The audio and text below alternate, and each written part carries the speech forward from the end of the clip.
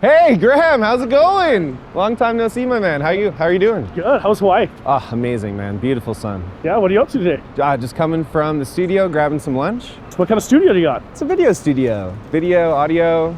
I'm sick. I've actually got a couple of videos I want to shoot. Yeah? I have a free afternoon right now if you want to check it out. I'd love to. Let's go. Just around the corner. Yeah, let's go.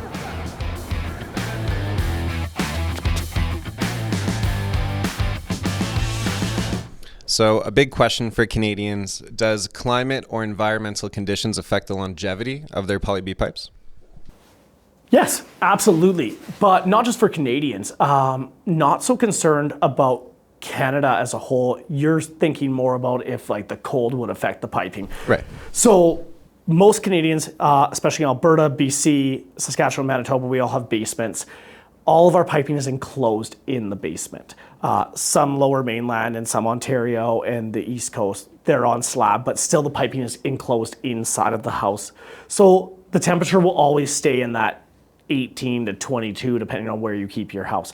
The big factor is where the class action lawsuits actually were initialized was down in Arizona.